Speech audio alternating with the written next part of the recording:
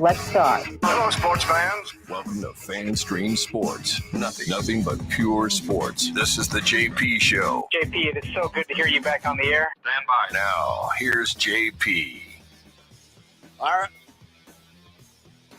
right, welcome in to another edition of the JP Peterson Show on this Friday as we get set for a weekend without football, without tackle football.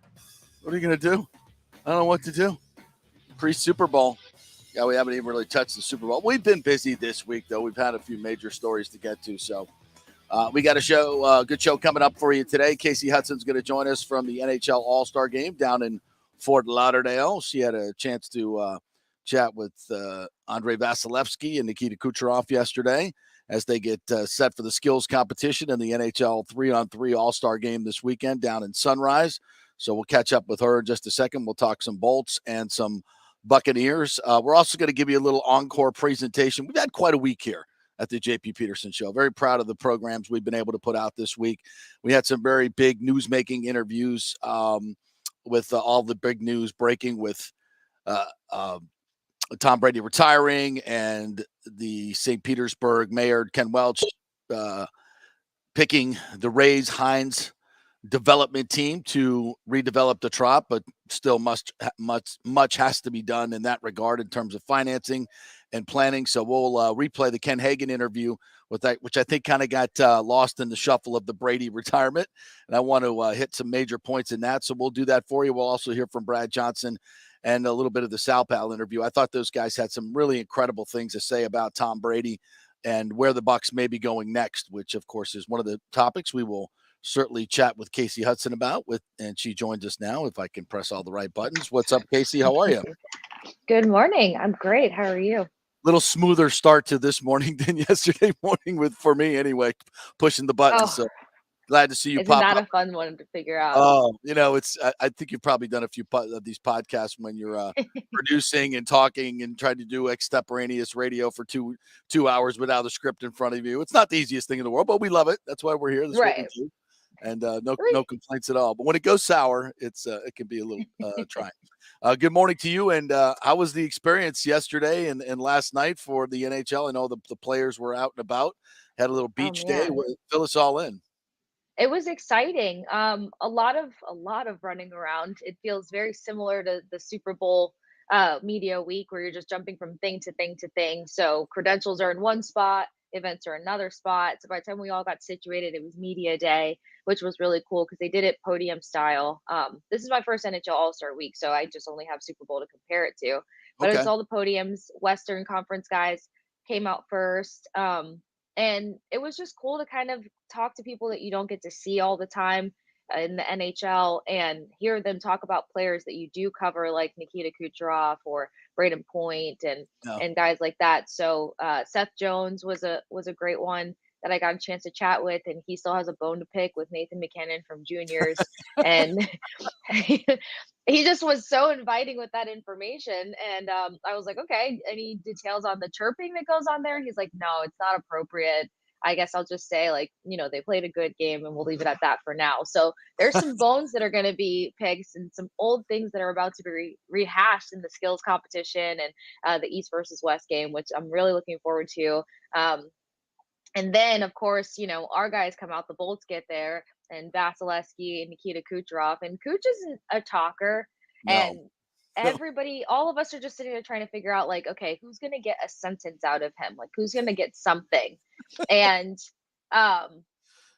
everyone just, as soon as he sits down, everyone's just sitting there in pure silence. He's just this terrifying guy. And I'm like, all right, I'm going to give it a whirl. He doesn't really like giving hockey he doesn't go into depth with hockey stuff. So I was just like, all right, which beach is, how do you think has been better, Fort Lauderdale Beach or what much you've seen of it, or the beaches back home in Tampa Bay? And he just looks at me and goes, I don't go to the beach.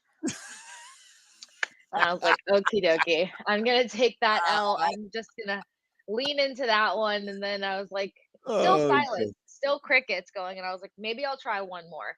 So then I was like, is there a skills competition you're most looking forward to, watching or playing?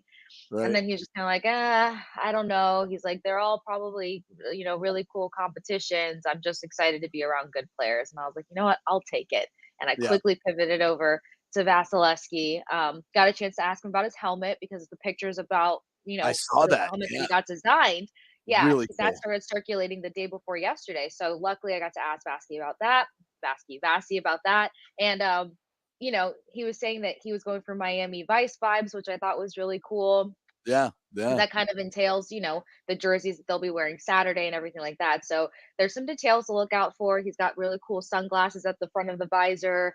Yeah. Really wanted the lime green and the pinks and stuff like that. So Vasi was a lot more inviting conversation wise, but that's the most I've ever heard Cooch talk in probably years. So of all the questions he had to answer, there was some conversation from Kucherov. Vasi was awesome. He was talking about, what it's like to play against other, not only Russian players, but Hall of Fame caliber guys. And you just see that light go off in his eyes. He loves the competitive element of anything that he gets to do. So Vasi was very, very open, quite talkative. And so we got the Bolts guys, but Well, as that's a whole, it cool. was Yeah. really cool. It was all on the terrace at the like on the beach. So the guys had the beach in the background, and then once media day wrapped up and they went and finished up some NHL Network stuff, there was a media reception where we all got to hang out for a minute before checking out Greg Wolf's NHL kickoff party at American Social. How was that? That was cool. That was really cool. Their American Social looks different from ours in Tampa. Hmm. Um, towards the end of the night, you saw a couple of the players sliding through there Oh, that to check it out. it's interesting. I'm going through your. By the way, you got to follow the Sports Case on Instagram. I'm going through your Instagram, and one of the things that stands out is that beautiful pictures that you took of the palm trees and everything, and the guys Oh, at their particular podiums there. And it's like the beach in the background, the sunshine, and you look at the guys, and Vasi's one of them. They are so mhm. pale. They are so pale white. I mean, it's like, yes, It Cooch doesn't is. go to the beach. Vasi definitely doesn't go to the Does not go to the beach. I guess he was beach. being truthful about the beach thing. He None of was. these guys make it to the beach. The funny part too is that the sunblock question, of course, was like going around heavy for all of these guys. Like who burns the fastest, who burned first, and Nathan McKinnon was like, "I'm definitely burnt, like already forehead, chest, neck, ears. Like I'm done in." But they have like 48 hours left of sun things as well as their other events. So yeah, these guys really don't get out much, and that became very, very informative to us yesterday when they were like, yeah, sunburnt already, hung out in the sun for 2 seconds. It was awesome though, because while you're trying to navigate all of these different conversations, you just Right, hear the wind ripping in the background of them. But it's just because, the water, it turned out to be the perfect day. We had winter, Florida winter, a couple of right. days ago, and then all of a sudden it's like 85, sunny, windy, Beautiful. all the things here in Fort Lauderdale. So it's really cool to see how much they adjust. You can also tell the guys that definitely hit up the Bahamas a lot though, because this was just, another day in the sun for them. So the Western Conference guys get out to the sun a lot more than the Eastern Conference guys, and I have no clue what that's about. Yeah, that's weird because on the East Coast, Yeah. you got Tampa and Miami, where road trips you can actually get to the beach. Where So out much west, faster. yeah, I don't really see that. But who knows? These guys are 99.9% indoors anyway, right? They play indoors, they practice Hmm. indoors, they work out indoors. But you would think at least I mean, Killer and Stamkos, they got boats, they got jet Yep. skis, so they're always outside. They're always somewhat tan, but I guess Vasi doesn't like. He just stays inside all the time. Good for him. Something. But then Yeah, like somebody's like, so like I see that you like fishing whenever you guys do post anything on social. Because if there's one thing we've ever seen about Vasilevsky, it's fishing with yeah, Sergey and Kucherov.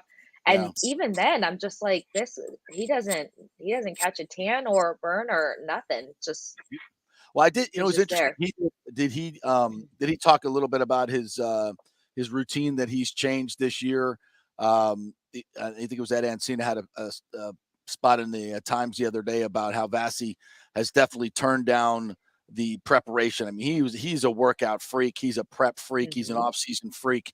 But at 28 now, he realized that he needs to start tamping that down a little bit and not be as aggressive in his training because the dude has played a whole extra season in the last 3 years just in the postseason. So at some Hmm. point, rest is very important. Rest and recovery are sometimes even more important than training. So did Yeah. he talk a little bit about that? No, no one really asked about his training regimen. It was more so, the skills competitions, being a part of this weekend. A really great question that came up that I thought was funny is a guy said, out of if 100 shots come at you, if I shoot 100 shots on you, how many are you stopping? And Bassey looks at him and goes, you? And he says, yeah, me. And he goes, you're getting zero in. And everyone just starts dying at him. So it was just a lot of, your skill level, but in a funny, more playful way. So then it was like, what's it like to go up against a guy like Connor McDavid? And now thinking about this skills competition, what makes it so exciting is they don't have a defenseman playing in front of them and, relying on them to help them shield goals. It's all on them. So a guy was like, what's it going to be like to go against McDavid without defenseman in front of you, or Ovechkin and stuff like that. So Ovechkin, he gave more detail about, he was like, look, when we play against the Capitals, like I try to make sure that, I ramp up the competition, nothing goes in. He goes, it doesn't always work out, but, at least it's very motivating. So it was funny to just see a little bit more of a lax side, because I think we talked about this yesterday. Vasilevsky's so meticulous. Like you mentioned, he has such a specific routine, and alleviating that by any margin is tremendous, because this guy is so step by step to get things done. But I think he realizes, you can't run your body into the ground and call it preparation and then be prepared to do, the long-term things on the end there, which is long games. We know this team loves overtime, and, playoff situations just tend to take a turn of their own. So yeah, it was pretty lighthearted, but a lot of funny responses, a lot of things. You just know that Vasilevsky's a confident guy. And that's probably one of the coolest parts about him. So calm, so collected, so confident, but very, very humble. Casey Hudson joining us from the NHL All-Star Game down there in Fort Lauderdale. Did Cooch talk a little bit? Did the national media, international media get a chance to get him going a little bit about the Lightning season and where they're headed, and how everything has evolved this year? Did he talk any? Because I asked this because we never get much out of him here on the local level, and maybe I know I would be really interested to hear what the national conversation is, and some of these other writers. I'm sure they're really excited to talk to Kucherov, and then realizing, he doesn't really talk, but maybe he did. Yeah, exactly. Still pretty stiff responses. There was one question where it was like, how do you think the Bolts are doing at the halfway point of the season? And, where would you evaluate the team now? Are you guys on the right track getting ready for the second half? And he was just kind of like, it's still a lot of hockey left. What do we have? Like 40 games left or something. And he's like, I don't really pay attention to that stuff until after All-Star week. So it was just like, okay, maybe once he's done being present here, then he'll evaluate that a little bit further. Of course, a guy like Nikita Kucherov, he's evaluated it. He knows where this team's at. Yeah. He knows the standard. But in terms of putting it into words and doing all of that, he still didn't give so much there. But that was his response for like where the Bolts are at this season. He was also asked about the playoff format. That was another major question that went around to all the guys. Their thoughts on the player format, if they wanted to change, if they like it. Of course, most of the foreign players, honestly, were just kind of like, I don't really have an opinion on it, or it doesn't bother me either way. It's hockey. We get to play hockey. I want to say, I don't know if it was McKinnon or if it was Hughes, but somebody was just like, yeah, it would be cool to like, kind of gauge what we could do differently with the playoff format, but it doesn't have to be anything extreme. But for the most part, the guys just didn't have much an opinion on it, especially the goalies. The goalies are like, look, we suit up, we go between them. We do what we're called to do.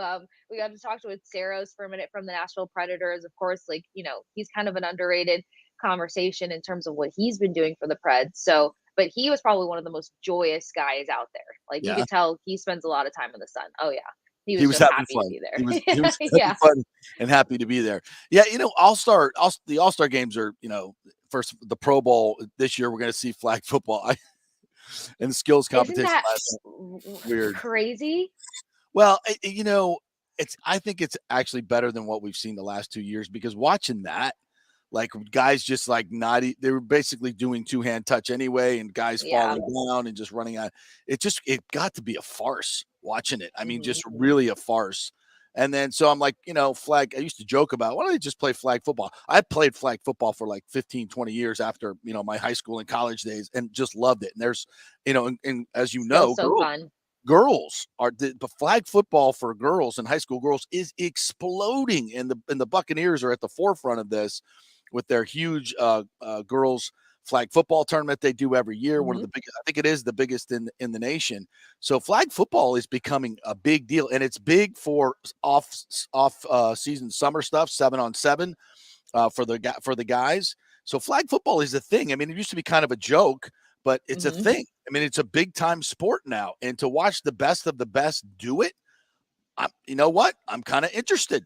I kind Well, of it want to seems like see it's it. gonna be a lot more fun to watch than seeing like, the half-ass effort of anything. Yeah, So knowing what exactly. we're watching and knowing that there's a fun, Yeah, backyard effort to it, that's more realistic and then more engaging. Watching yeah, them suit up to just like tag each other is like, all right, well, this yeah. was cool It's for a dumb, quarter and right? I'll It's just move on dumb. from it. No, but this I Yeah. think it'll be more competitive too.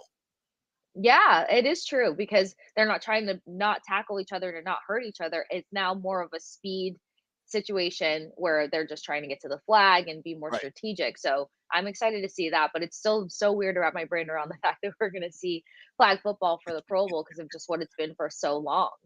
Yeah, and I'm interested to see if the girls leagues and young girls that are playing it now will be more engaged to watch it Mhm. because it is, it's what they're playing. And it's a bit of a different game. It's obviously a very wide open game.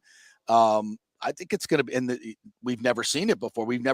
I've always been intrigued by it. So I wonder what the NFL would look these guys as good as they are, knowing they're not going to get hit, right? How much more athletic are they going to be? Like how much I just think it's going to be interesting to watch. And I say that as we're talking about the NHL All-Star game, which I believe is the best All-Star game.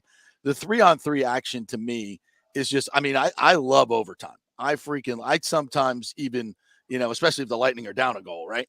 But I just love overtime. Sometimes if it's tied at the end of the game, I'm like, you know what? If we don't have a goal in the last 10 minutes, I'm good. I want to see some 3-on-3. And I remember the Lightning played the first 3-on-3 overtime game in Mhm. Amalie Arena, and I remember going, "Oh my god, this is going to be so stupid." And at the end of it, I was like, "Oh my god, this This is was the great. greatest thing ever!" I loved it, and I still do. And the All Star game just makes it even more fun. What about your thoughts?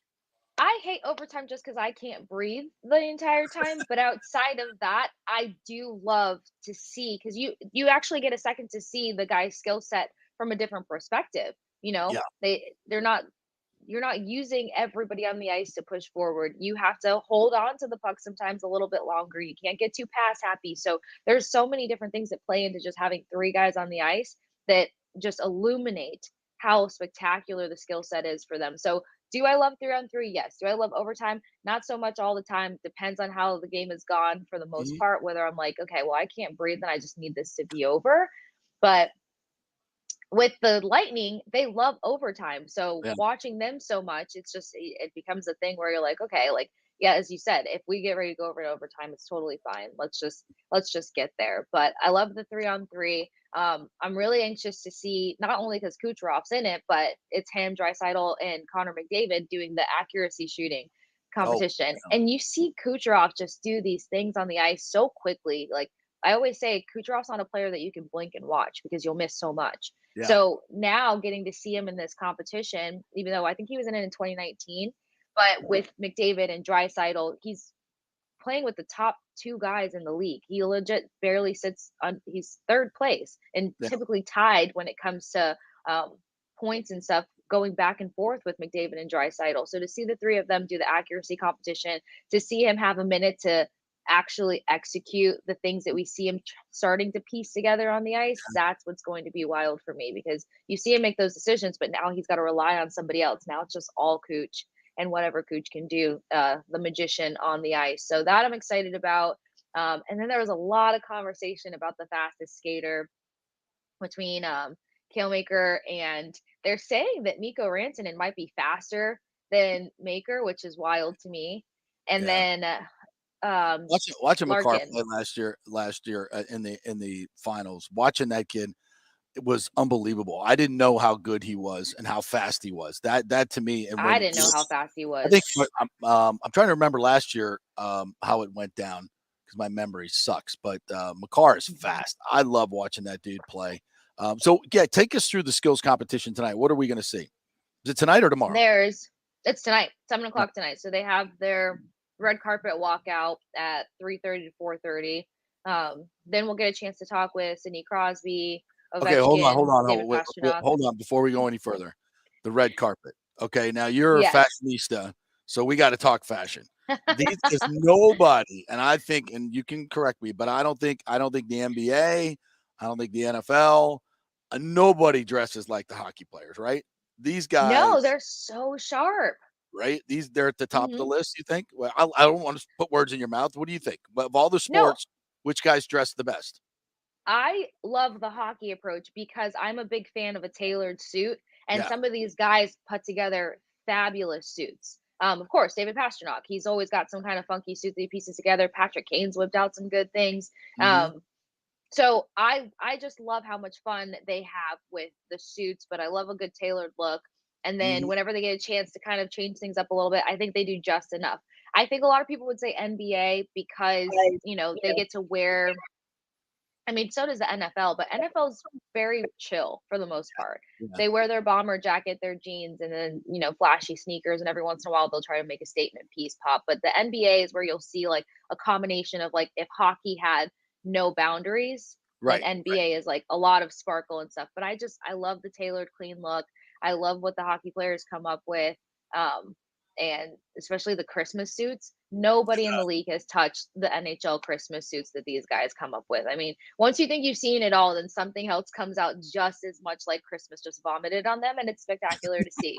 So I wonder how crafty these guys may have got because you can have a palm tree suit, you can have something in the lining of your jackets. Like there's so many crafty things that you can do Yeah. with a suit, and I think it's underrated how crafty you can get with a suit. You could put a whole photo album in your sleeves. Like there's just so many things to do. So what I might see today, who knows? I know Right. some of the guys in NHL All-Star Week are some of the flashiest guys when they show up for their games, but I don't know. I didn't even know what to freaking wear. This But this probably had me the most nervous. it's so funny. You have to worry about that. The guys, right? The sports writers, they don't care. You have to. It's such a double standard. But I would say in the Lightning, because my good friend David Kahn at Bespoke and Company does a lot of the suits for the Lightning players. He does John Cooper's.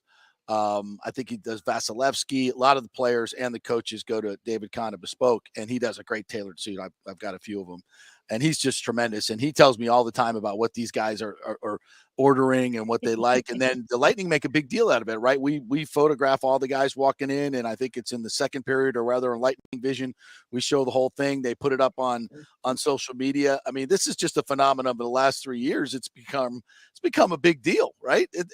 Oh yeah. I mean, I even find myself kind of checking it out. Okay, what do we got? What are we wearing today? what do you guys got? Oh, that's nice. So, Well, and what I love seeing is how they evolve their look because you'll see or what I think I've started to notice is as they get further into the season, they'll start to get a little more they'll lean into something a little more towards the end of the season. So it was a big deal the other day because Ross Colton put on a hat. So Lightning did a ooh, great job on social media. I yeah, actually laughed. This might be an evaluation of my maturity because they're like, Ross Colton has entered his fedora, his fedora chapter. And I'm like, oh my gosh. So now it's gonna be this hat off between him and Pat Maroon. And yeah. sometimes Hetty Some other throws guys one will get on. it. I bet Killorn will get in on it. Yeah, yeah. Okay. Oh my gosh. And then it's going to be the hat competition, but you can do so much with the hat. The simplest Yeah. suit, nice clean cut, but you can do feathers on the hat, you can do buckles on the hat, all these things. So when they were like Ross Colton entered his hat era, I was just like, "Oh my gosh, we're in for it." But I'm so excited. So it's just everything that you can do to dress up something that's already so dressed up, but again, so Yeah. simple. That's what I love about suits. I need to up my hat game, no doubt about that. So all right, so now get on with the because I'm gonna be watching the whole red carpet thing. Now let's get on to the other skills competition tonight. What else we got going tonight? Oh man, so they have the accuracy one that I was talking about, Yeah. where not Vasilevsky, Kucherov will be holding it down versus Connor McDavid and all those guys. Then you got the speed competition. Larkin, I think, clocked like a 12.8 last time. Mm-hmm. So they're saying that he's the guy to watch The guy that when it beat. comes to, yeah, like when it comes to checking out that. I'm trying to pull it up so I can have it Wasn't verbatim correctly Pointer up here. there last year? Wasn't Pointer one of the fastest skaters last year, if I'm not mistaken? Or maybe the year I'm before. not sure. But those obviously he's not there, so he won't be part of that. But I know yeah, that so was we a travesty to me. and the accuracy, fastest shot, which that Hedman had that for a little bit. So we'll see tonight. That's going to be fun. The skills competition. Then we'll get down to the game. Before we hit, Hardest shot, Ovechkin participating in that one. That'll be sick. yeah, I can't I wait to think see the Hedman hit talkings what on that. 106 last year. Yes, Victor Hedman, I think he did. Yeah, you can't even they imagine. actually were talking about him. Yeah. And saying how like weird it's going to be with not having him in there to challenge everyone. And I was like, that's crazy to see like how much of a standard Hedman brings to the ice too. But Yeah. you know it with just watching him play. So yeah, Yeah. hardest shot, fastest skater, accuracy. Then they'll test the goaltenders with some shootout stuff, going against the most skilled players and all the That'll be goods. fun. So That'll be fun. And so you did mention the Greg Wolf party last night at AM, so that was pretty good. What I didn't see your outfit on your Instagram, by the way. There's a picture of me popping behind Greg. Okay. I didn't have time to get back to my hotel to change. So the entire outfit that I was like, yes, I'm so ready to go do it didn't happen. It was not a thing. Well, I was just like, okay, I can sometimes. either go with this. Yeah. I was like, I just have to go with this, or I have to go home and probably just like maybe never make it back out. So Greg was DJing at AMSO, which was really cool. I will say he crushed it. Got all the good songs. I was going to say you were going to give us a review on his DJ skills. What did he get? Well, I told everyone I wanted to request a song, and it was like I was blocked out from ever getting up there to request a song to Greg. I'm like, since when does anybody question my music taste? So there were some weird things going on yesterday. Some of the guys didn't want me to get up over at the DJ booth, and they're like, "Why do you think you could just go up there?" And I'm like, "Because I just want to go up there." Yeah. So I didn't get a chance to request a song, but he did play one of my favorite like going out songs. It was "Turn Off the Lights." It's a remix with Swedish House Mafia. So he went from that to like old school hip hop to a lot of house. But I also didn't get to go up there and request any of my actual faves. I'm wearing my Jimi Hendrix shirt today, but Very I was nice. like, there's a nice little remix that we could piece together and get Jimmy out there and educate some of these kids. But I was barred off from going up to the DJ booth. But I do have to say, Greg did a great job spinning. And then of course he had his whole MC element to everything because they had the Panthers team, their ice girls in there. And like the people that we typically have in the aisles for Lightning games and stuff are Blue Crew, whatever the version of their Blue Crew that they have. Yeah. We're in the bar. They did a couple raffles. I didn't win anything because I never do. I tried to trade tickets with a couple kids. They wouldn't do it. So I think eventually I got a hold of somebody else's ticket, but then it was time for me to go. So it was really cool layout though. They just opened another little small slab so people weren't standing on top of each other, but it was packed. And then Greg would walk around and say hi to everybody and then go back up to the DJ booth. So yeah, some of the other Lightning media people decided that they didn't like my music taste, and I found that offensive. It really is. I think that's way too provincial. Greg needs to open it up. Yeah. All right, we'll take a quick break, and when we come back, we're going to talk some Buccaneers already. We have some questions coming up about who's the next OC going to be. Jeremy Lowe saying that Monken is interviewing with Baltimore again today. I have a little Monken intel for you that I got overnight, so I'll bring that to you. So we will we'll take a break. We'll come back with Casey and talk a little bit more. And we're brought to you by the Jeeves Law Group and Bay Area Modern Medical Center, BAMMC.com. Back in 3 with more from Casey Hudson and myself. Stay with us.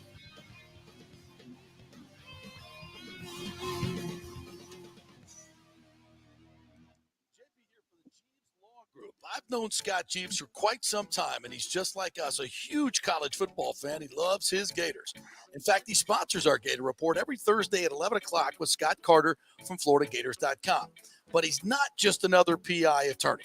He is a ferocious advocate for his clients. Scott Jeeves is a board-certified civil trial lawyer and a certified circuit court mediator practicing in Tampa Bay for over 30 years.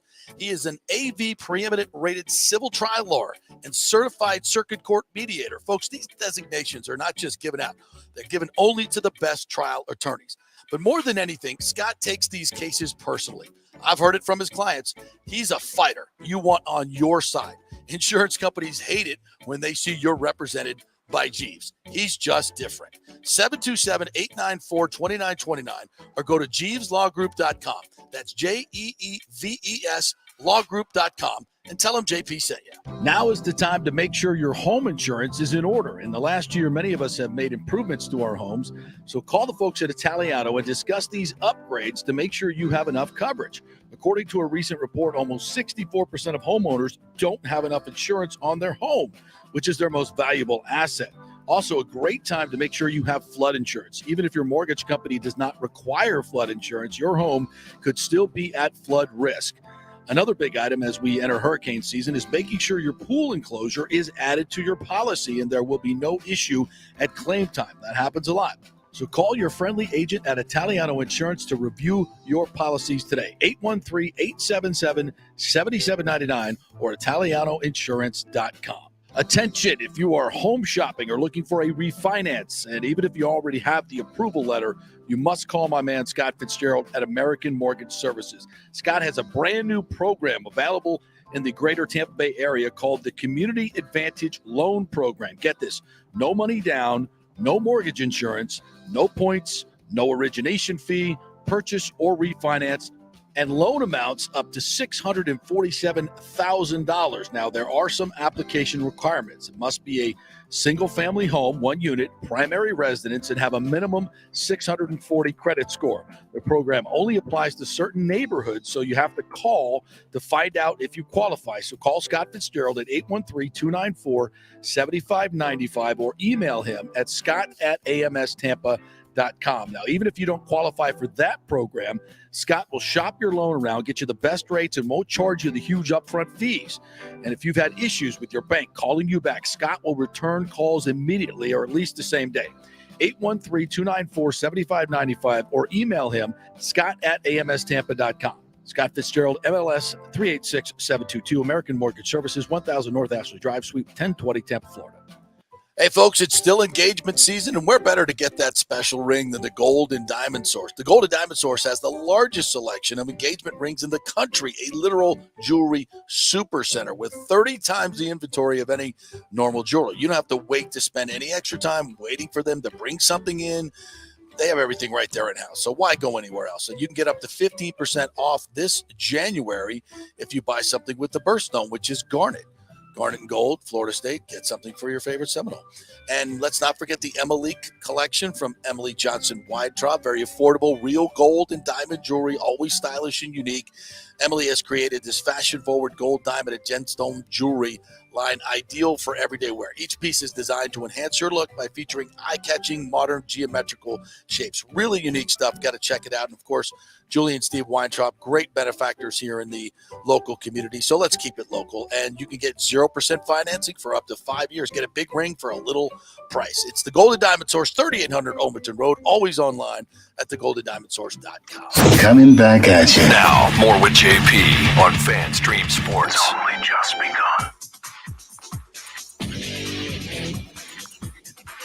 All right, welcome back to the JP Peterson Show as we roll on here. Casey Hudson joining us from the NHL All-Star Game. As I get all my things going on here. There you are.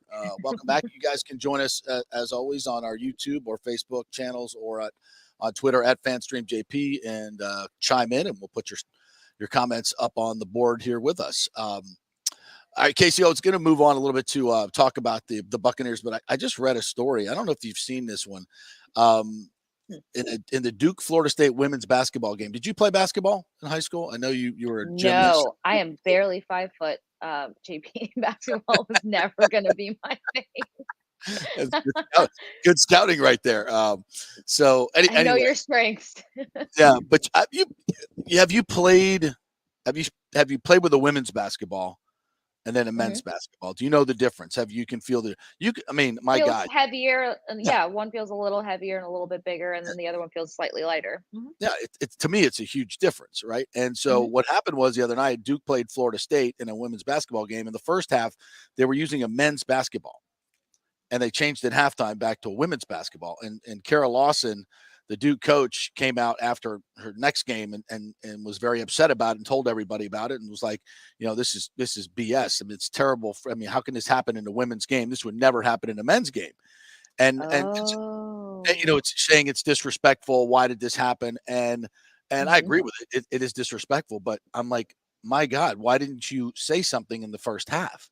She Mhm. waited until halftime to send an assistant coach up to the scorer's table to say, hey, the ball doesn't feel right. I mean, I'm flabbergasted by this because there's such a difference. I mean, if you go to a basketball rack, because my daughter Mhm. played high school basketball, and I'd go and I'd play with, we shoot with her. We have a men's ball and a girls' ball. They're dramatically Right. different, really, in terms, especially if you're a shooter, you can feel it right away. So all the players knew that they were like, oh, the ball's weird. I mean, it's a men's ball. Duh. Like, Yeah. why did they not change it out in the beginning of the game? Why didn't somebody say timeout? Like, hey, this is the wrong ball. We're using the wrong ball. I mean, Right. That's so odd because I mean, as an athlete, if anything felt weird for me, immediately I would have gone over to the coach and been like, something's off. Like, we need to check it. exactly. Soccer, you always have to check the like if your ball has any sort of like push in it, like you have to get those balls completely filled out. So we would Yeah, yeah, always go and do that. And sometimes they would deflate during a game because they weren't properly pressurized. And then, a couple kicks, it had to go down and we had to stop it and get a new ball in. So right. yeah, Yeah, especially as a player, you would have been like, this is off. Can we get a different ball? At least switch out the ball and see first if you can notice the difference. yeah. I It's don't know. one of my big pet peeves these days is people love to complain and make a big deal about stuff and not take personal responsibility. I Not mean, try come to on. change it. I mean, I agree with her. It's disrespectful how a men's basketball can get into a major college women's game. It's just Hmm. that's a little mind boggling. I agree with her there. But for my God's sake, I mean, change the ball out. Say something. Do What would something. have been Call wrong with big pausing? deal. Yeah, Yeah. Don't wait till and addressing that. halftime. And both teams shot like crap. Of course they did. It's a totally different ball. I Big mean, adjustment. yeah. So Yeah. that's a burgeoning story that's happening. And by the way, that Man. this is Women in Sports Week, is it not? Or there was a Yeah. celebration week? National Girls and Women Yeah, in Sports started, I think it started Wednesday actually, as I was yeah. trying to get down here. I saw all the things and tried to give as many shout outs as possible. But yep, this is the Well, week for that. well, Lynn, I'll give you the platform. I've been in this business way too long, right? Over 30 years now, and I know I don't look that old. Uh, No, you don't. but, You uh, don't. but I've seen a dramatic difference and have tried to make a difference in my career in mentoring as many young ladies and young men as I possibly can. I take great pride in that, and I have a lot of folks that have interned for me that have gone on to have great careers in this business. And it's honestly, it's one of my favorite things that I've been able to do over my career. And I think, it's one of the reasons I have you on. I think you're extremely talented, and I think you're doing a hell of a job on all these beats. And I love hearing your perspective, but I would love to get your perspective on how it's been for you coming up in the broadcasting ranks, and being a female athlete, and how Title IX has opened up a lot of doors. I think it's fantastic. And, it's funny when it first started happening, more women were coming into it. I'm like, oh man, my days are numbered. There ain't no athlete gonna want to talk to me when they can talk to Casey. No way. They're It's like, gonna hop right over there. and Aaron Andrews, who interned with us at Channel 8 back in the day, I was like, can I buy stock in you? Because I know you're going to the top. Like, I just want to, can I get 100 shares of Aaron Andrews, please? Because then I We can just retire.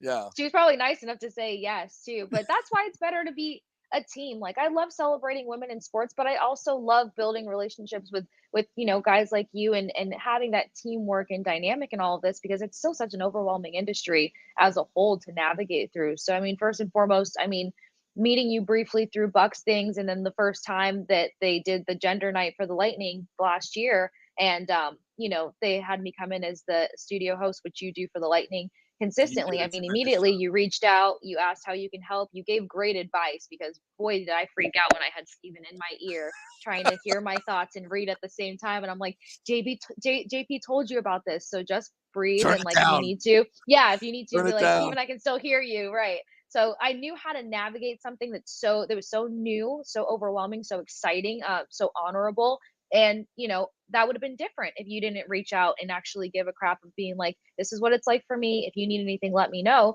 And, you had plans of your Of own course. that day too. So that was tremendous. But in my own experience, in full transparency of there's good that comes with the bad and bad that comes with the good. So you learn a lot about yourself. You learn a lot about your boundaries, I would say, as a woman in this field, because of course some of my first opportunities came with, some really slimy situations on top of it. And that's where I had to learn, and where I'm just thankful for my parents and my upbringing. Yeah.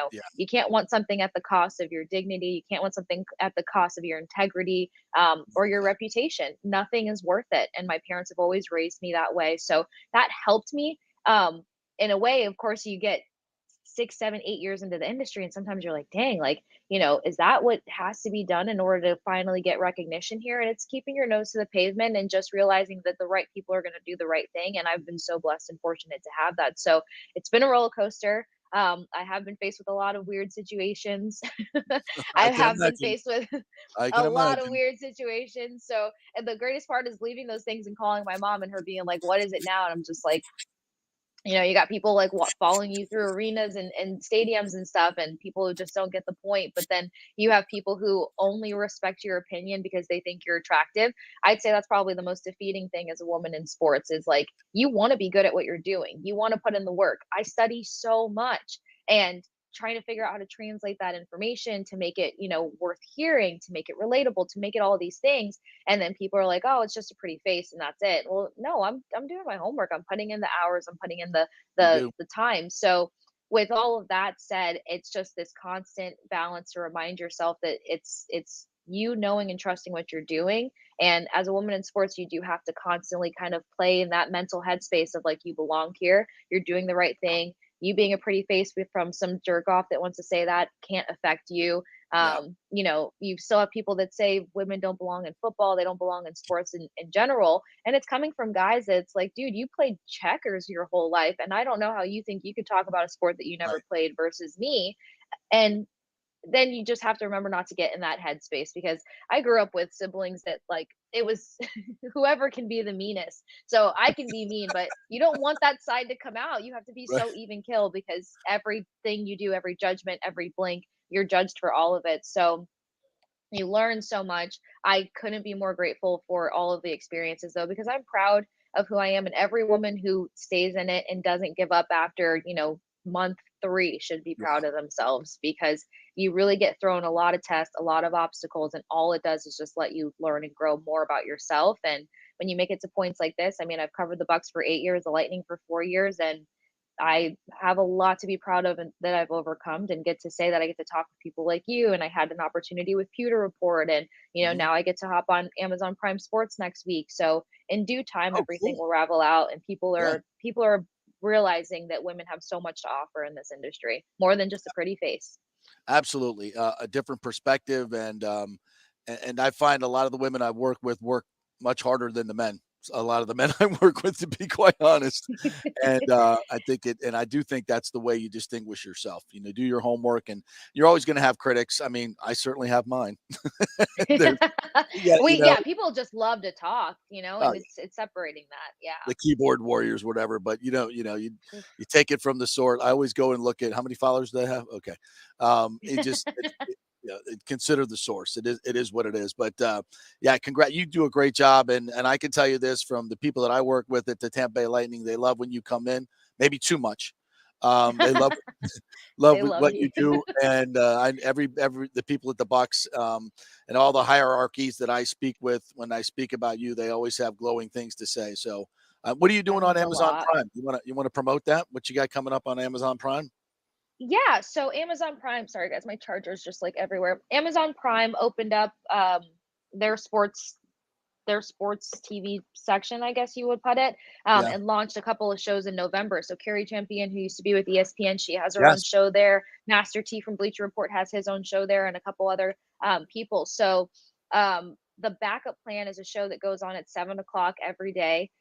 They run sports daily from 8 a.m. to 8 p.m. So I get to go on at the last hour on this coming Wednesday, February 8th, 7 p.m. I'll hop on with Hannah and Jason to talk about the Super Bowl. So I'll give Cool. some predictions and stuff and kind of go in depth on their rosters. I know a big conversation is Patrick Mahomes' health, and if that's going to play into any situations for the Super Bowl. Jalen Hurts, Yep. what he's done, how they've done well building a team around him. The cool part too is, you've got Andy Reid, which is such a brilliant mind, but then you've got Nick Sirianni, who's in the running for um, Coach of the Year, which I think we find that out soon. So I'm excited to hop on and talk with Hannah and Jason over at Amazon Prime. Sports Daily. And then if you guys see the at Prime Sports Daily on Twitter, it's a great follow just to see when all the shows are running. Cool. Carmen Vitale has been on Amazon Prime a lot lately. She's crushing it. Yeah, she's really good. Just to be with the Bucks Yeah. department, really, really good. Yeah, I'm so excited for her and just how well like this next chapter for her with Fox Sports and stuff is just going so well. So she's actually been on Prime Sports a lot. She was just on the Carrie Champion show last Monday. And I'm sure she's probably got something else coming up. So the backup plan this Wednesday at 7 p.m. I'll get to talk with Hannah and Jason about Super Bowl. And hopefully they don't ask me too much about bets because Super Bowl betting is terrifying. Just terrifying. Throughout the year I can finesse it, but Super Bowl is just too serious. It's a lot of props. It's a lot of prop It's a bets. lot. Yeah. And I'm here for it though. We're going to get into all that next week. I have such a hard time talking Super Bowl the week before. You know, it's like we got a whole week next week. I mean, we'll kind of leave it all to that. But I exhausted. Yeah, exactly. And it's an intriguing matchup. I really like the matchup, especially from a quarterback standpoint. But we'll get it. We got plenty of time to talk about that next week. What I did want to get before we get to the break is Todd Monken, I believe, is interviewing with the Ravens again today. I talked to some folks last night, or actually one person last night, about Monken who knows him pretty well. And I got the sense that, Tampa Bay may not really be the number one choice for him because he's got some, not that he won't come, not that things won't change. I think the big question mark is he doesn't know who the quarterback is. It's like, who's the quarterback? And I mean, it's hard to take a job when you have no idea who the quarterback's going to be. I mean, we could be, dealing with everyone from Aaron Rodgers to Kyle Trask. I mean, it makes a difference, right? Who's my quarterback going to be? I think so the Bucs are in a really hard position now to try and attract somebody, and it's going to be at the top level when you don't know who your quarterback going to be, and there's so much uncertainty with Todd Bowles. I've talked about this for a while with Todd. I love him. I think we talked about this yesterday as well. I love him to death. He's a tremendous human being and a great man. But I don't know if he's a head coach, and I think that he's got his hands tied behind his back now in this situation. Like, you're not going to be able to, I don't think you're going to be able to get a Todd Monken. It's going to be probably someone who's a lot greener, that's trying to come up and passing coach. Yeah. I mean, it's just, and I think the Bucs have a great opportunity here. I mean, if I were in their shoes, my focus would be on Derek Carr. I think I love Derek Carr. Yeah. And I'll tell you why. One of the biggest things is how he handled the Henry Ruggs situation, how he handled the Gruden situation. I mean, we're talking about these are catastrophic moments and it just don't happen to football teams the way those things went down. And my God, Derek Carr handled it like a freaking pro. I mean, he was, and I think through all the losing, and I heard this stat just the other day that in his time there, the Raiders have had the worst scoring defense in all of football while he has been with the Raiders. And being a quarterback, having to, you're the one that's in charge of wins and losses, and you got to stand up there every day and take the heat because your team just lost, 38-35. It's like, what are you blaming me for? She'll go talk to the defense coordinator. That's what you want to say. Who let up, right? Who let up the extra points? But you can't say that. For 9 years, he's been sitting there taking it like a man. I think his leadership skills are off the charts. I think and you talk about the vacuum that's left by the GOAT, and the shadow that's left. Who can step into those shoes? It's going to take a very, very special person to do that. And among the teammates, because, I don't care who you are, they're all going to be looking at you like, Tom Brady was doing that last year, heard of him. It's going to be a challenge for whoever takes these cleats. Right. And, I think he's a man that's up to it. And if you look at his numbers in terms of 4,000-yard passing seasons, he's been really, really good in a really dysfunctional organization. I mean, tremendously dysfunctional. So I think with a fresh start, and I know he's due $40 million, and he's, he announced that he's not going to move the trigger. I guess there's a trigger date on that.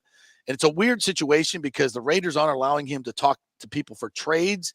He has a no trade in his contract. I mean, there's a lot of stuff going on. Very confined. Yeah. So I don't know how this is all going to work out with the salary cap and all that, but I just get a sense that he's not all about money. He's about leadership, and he wants to prove himself, and he wants to go to a place where he knows he can win. And I think just Tampa feels right for him because he's got the gravitas to walk in behind a Tom Brady, and he's got weapons. He's got weapons to use here. I think he would be really good in this hybrid offense wherever they're going to go with it. He can move. Of all the guys that are out there, I don't want Aaron Rodgers. No, thank you. I'm good. And I don't think No, that contract please no. anyway. That's my guy. And I think if you had him or you knew you had him, you could get a damn good OC to work with him. I think you'd have a great shot. I think you definitely win the NFC South, get a home playoff game. Hey, let's go from there. Right? And go That's from my there. plan. What do you think? Actually, I love the fact that you mentioned the filling in the shoes of Tom Brady situation because you and I talked about leadership yesterday. Yeah. And that is a huge point out to think about all the turbulence he went through with that organization. And if there's one thing that's not talked about enough is the reality of distractions for players and them overcoming it. It does affect them on the field. It does affect them game by game, practice by practice. So when you've got all that chaos going on and you still have to keep your team inspired, motivated, or have them give a damn to get onto the field, that speaks so highly to your quarterback. So that's a big one for people to take into account. But it's also the fact that everyone was so high on Derek Carr his first 3 years in the league. And think of the two major injuries he also had on top of that. That's right. And he still had 4,000, I think roughly 4,000 yard seasons on top of these injuries. I mean, I think that's something else that's forgotten about is the major injuries. That was so talked about. I think it was his first or second year in the league, how he's going to overcome this. Is he going to come back? Will he have the same arm? All of these questions. And he came back and proved himself. I mean, he was in the running for comeback player of the year. I think it was like 2016 or 2017. So a guy that has such a caliber to him, such a leadership and such, determination to overcome those things and to still matter and to still be good at this sport and yet let alone his position. I didn't think about Carr that much, but I mean, you're talking about someone who has the characteristics. And if there's one thing that I did always give the Bucks credit for, aside from some people who we know, they've always been big on character guys. Tristan Wirfs, character.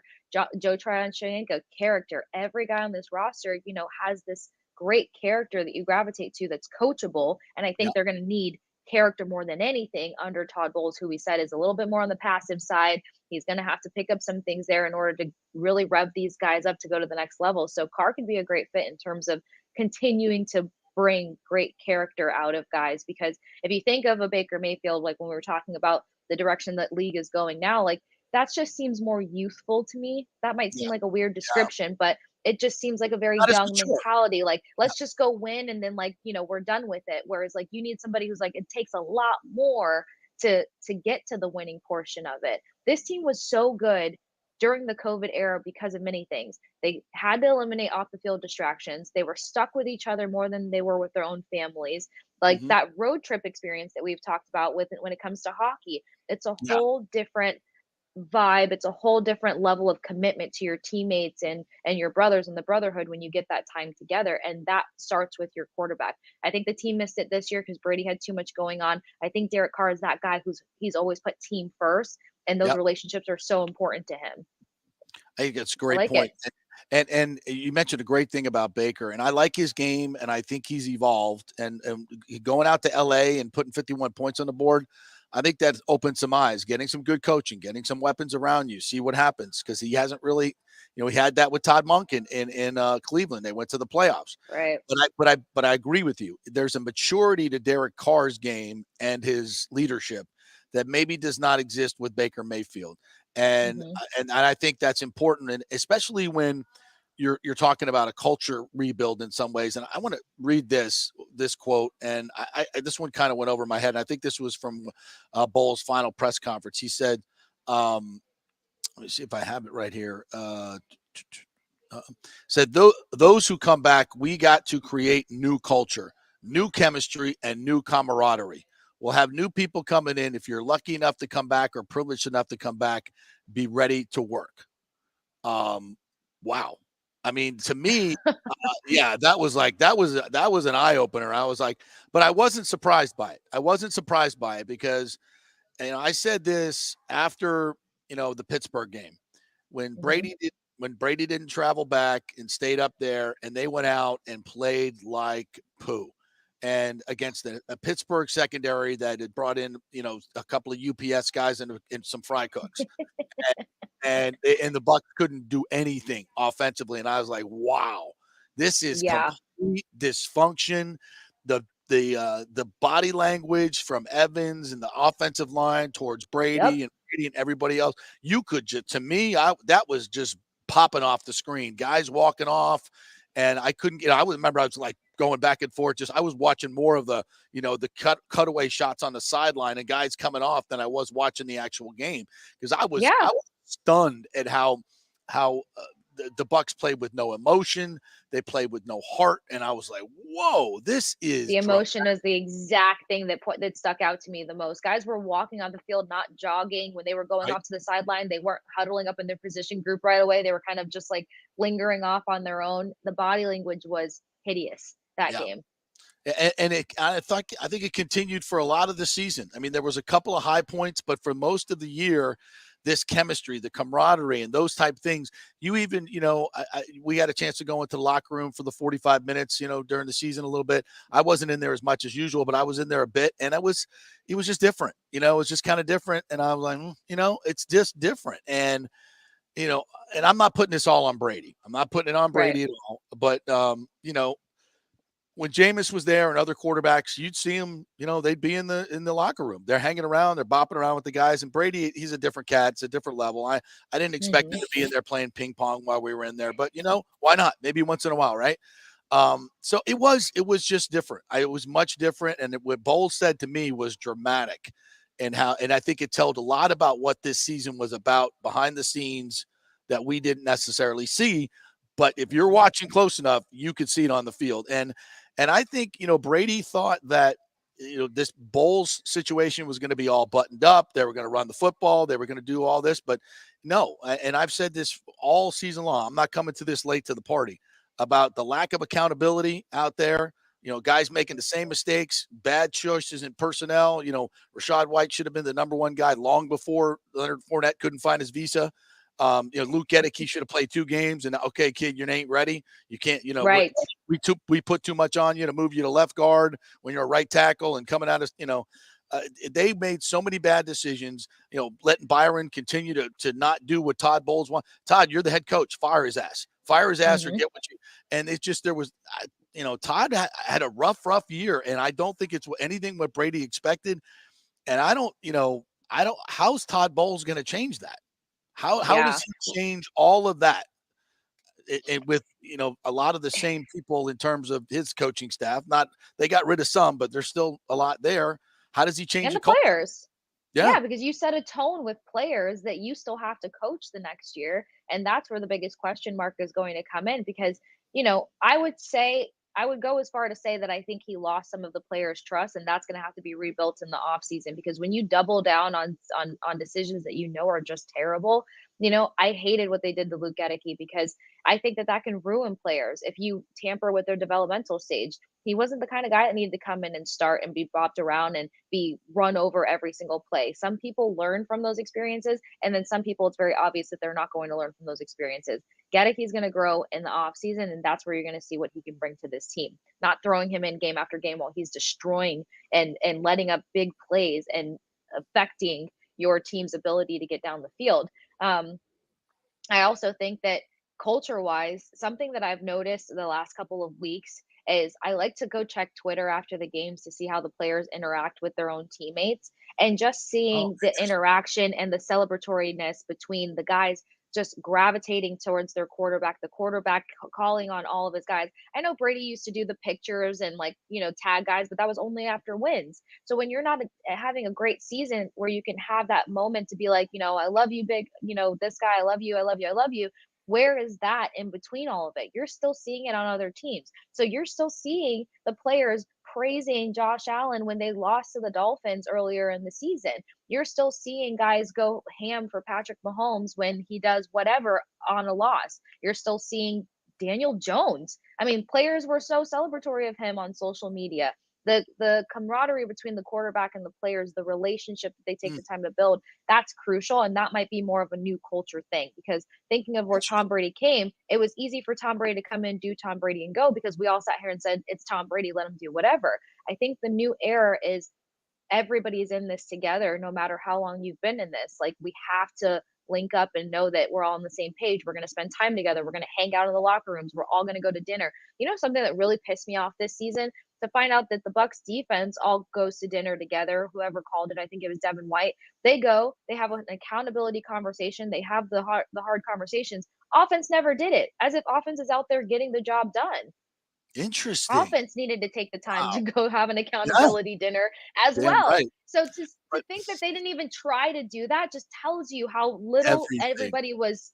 That tells you so much. And that so upset me, because I think that was like week 9. You know, they maybe still had a fighting chance to turn something around and to bring things to the table that need to be discussed, and they could not do it. So the new era, the new culture for me is just kind of bringing everybody down to the same level, because at the end of the day, it reflects all of you poorly or very well what happens. So Tom Brady or not, this was a terrible season, and it was very embarrassing for a lot of reasons, because it was fixable in some ways to make it less embarrassing and less dramatic. And they just doubled down and tripled down and kept letting it ride on, and you can't do that. See, this is why I bring you on. I learned something there. That's a new technique that I will now employ, looking at the Twitter of the players and how they interact after the game. That's brilliant. That's With each other. Yeah, You because learn they'll do it. so much.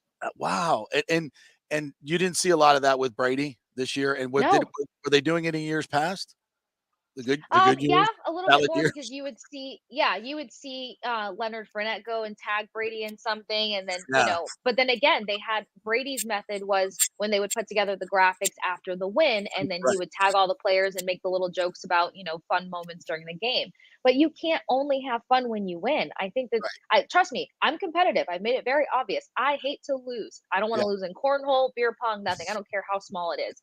But you have to still have fun with it. Coach Right. Cooper says that. He'll have fun little things in his practices, just so that the guys realize, if you The don't have fun journey. with this, it's gonna suck. Yeah. So, but time before, when they were winning more, yeah, I saw it, but I still never saw it to the level as some of these other teams. I mean, week 6, the Giants were not talked about the way that they were talked about in week 10. So, but I still saw that his players were sitting there talking, giving him credit for a specific down, a specific play, giving him something to feed off of. Jets are a great example. Another team, I mean, the Jaguars, they had almost 4 weeks of being a complete dumpster fire team to watch, but you saw the tight ends going on Twitter celebrating Trevor Lawrence. You saw so much interaction on Twitter within the team, and I did not see that with the Bucks. That is a really smart point. And think of how many Bucks players took social media breaks this year too. Leonard Fournette hopped off like twice. He's hopping off social media, no distractions. There was a couple of guys that took social media breaks in the middle of everything. Yeah. Who used to social be media really active. Used to be really so active. Wow. So I mean, that's a point right there. It's like, you know what? Mom said, if you don't have anything good to say, don't say anything at all. I'm getting off Twitter. I'm getting off. That's so interesting. I mean, it's not, listen, it's not like if you're watching or paying attention at all. I mean, you compare the chemistry and camaraderie this year to the last year's past, and it's not even close. I mean, and we talked about it out there at training camp when Brady showed up. We're like, oh, who's that guy wearing the 12 jersey? He lost 15. Who is that guy? Remember the first time we saw him at the podium? We're like, whoa, what the hell happened to you, bro? And then the speculation started immediately, because we're like, is he healthy? Like, what is going on? I mean, it was stress, clearly, but yeah, it's just every conversation rotated around his off season stuff versus like any excitement being in training camp. The excitement was some of the new guys, and that was really it. We saw more Blaine Gabbert to everybody else than anything else. So noise. It was noise from the very beginning. When the 2 previous years have been free of that, it was noise from the very beginning, and it ended poorly. All right. Hey, Casey, I know you got stuff to do there, so have a great time at the All-Star game. We'll get you on next week to recap. Thank you for jumping in yesterday and co-hosting with me today. You're fantastic. Good luck to you. Great success, and have a great time this week. I hope you get to wear that outfit. I down the know. west side, west side. I'll get it out there by Saturday. But thank you so much. It's always so great talking to you, JP. And yes, I'll love to catch you guys up on all the madness that will be taking place today. All right, tell everybody, give out all your socials and promote all the stuff you're doing. Yes, on the Sunday Spread, we have a brand new show going down tomorrow where we put our Super Bowl prop bets out. Sunday Spread on BetQL network. There's a BetQL app that makes it even easier, and you can follow at BetQL app. Odyssey is at Odyssey Sports. That's where I have my Bucks and Lightning podcast and shows. We have a lot of fun guests coming on. I've got to get JP on soon enough once I get my head above water over there. And then at the Sports Case, KASE, is where you'll just figure out all the crazy stuff that I have going on and that I am juggling. And then again, next week, Wednesday, the backup plan on Amazon Prime Sports with Hannah and Jason. I'll be talking all things Super Bowl, statistics, prop bets, and more. So I'm psyched. Cool stuff, Casey. Buy stock in Casey Hudson if you can. Thanks, Casey. Appreciate it. Have a good time. Thank you. Bye, guys. All right. There she goes. Yeah, great to have her on. And by the way, I just got an interesting text from a former NFL player about Todd Monken. So I will, in my professional broadcast way, tease that till after the break. So we will do that. So quick break. We will come back. Am I right?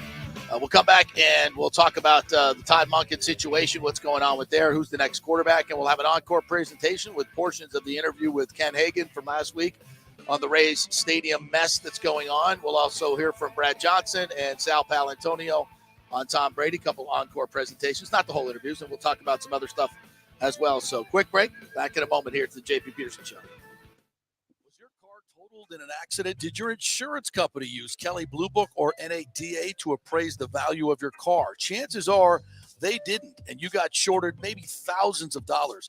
Call the Jeeves Law Group for a free case evaluation because your insurance company may still owe you money. 727-894-2929. It's a free call, so why not find out if you have a case? Insurance companies have been running this scam for a while, and most folks don't know if they've been shorted. Trust me.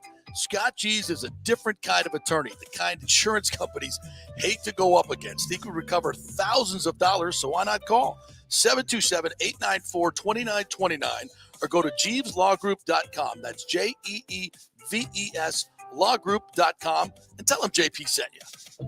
JP here for Emerging Investigations, Tampa Bay's premier investigation agency. Do you suspect your spouse is cheating or involved in a divorce, that your spouse is hiding money, an ex-employee or current employee with suspicious behavior? Is there a criminal matter you need help with? If you need information you can count on, using the professionals at Emerging Investigations is a slam dunk. Emerging Investigations is a licensed and insured private investigation agency, family-owned. Emerging is your ideal resource to secure evidence and validation, allowing you to make informed decisions in life's biggest matters. Led by industry executive Brian D'Antonio, Emerging possesses the experience and resources to get needed results. Emerging Investigations maintains an excellent reputation as a premier investigation agency. They are known for results. You're not just hiring a PI, but an organized, dedicated team using state-of-the-art technology. Their proven investigative methods produce crucial information used in criminal cases, insurance fraud, and personal injury claims. Many local attorneys, industry agencies, and your concerned neighbors all count on Emerging Investigations. Just go to their website, emerginginv.com, or call 813-291-FACT. That's 813-291-FACT-3228. Get results you can trust in life's biggest matters. Emerging Investigations. Well, it's that time of year to renew or shop your health insurance provider, and you can get great health insurance for $20, $30, $50 a month. Just call 888-325-0605 to help navigate the health insurance marketplace. 1 out of 3 people in Florida are uncovered because they think they can't afford it. Not true. I made the call a couple of years ago, and they helped me get Blue Cross Blue Shield coverage, Florida Blue, for just $20 a month. Last year, it went up to $49. Oh, well. It all depends on your income and your family situation. It's a free call, 888-325-0605. They will ask for some income information. So if you have your tax returns available, that will be great, but you don't need it. They'll just answer some simple questions, and the highly trained reps will do the work for you to find out what your subsidy will be. 888-325-0605. And if you have a plan through your employer, you may be able to get it cheaper. It's a free call, so find out, folks. This has been a lifesaver for me and saved me thousands of dollars over the last few years, and you can choose your plan. It's a no-brainer. Find out. Make the free call. 888-325-0605. Get covered like me and thousands of others. 888-325-0605.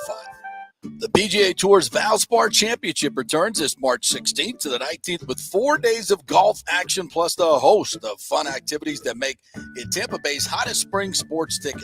Sam Burns, who won in a thrilling playoff last year, is looking to make it 3 wins in a row on the Copperhead course at Innisbrook Resort. He will be challenged by a top field that includes Jordan Spieth, returning for the first time in 5 years. The 2015 Valspar champ counts 13 PGA Tour victories, including 3 majors in his career. It will be a great field and great fun.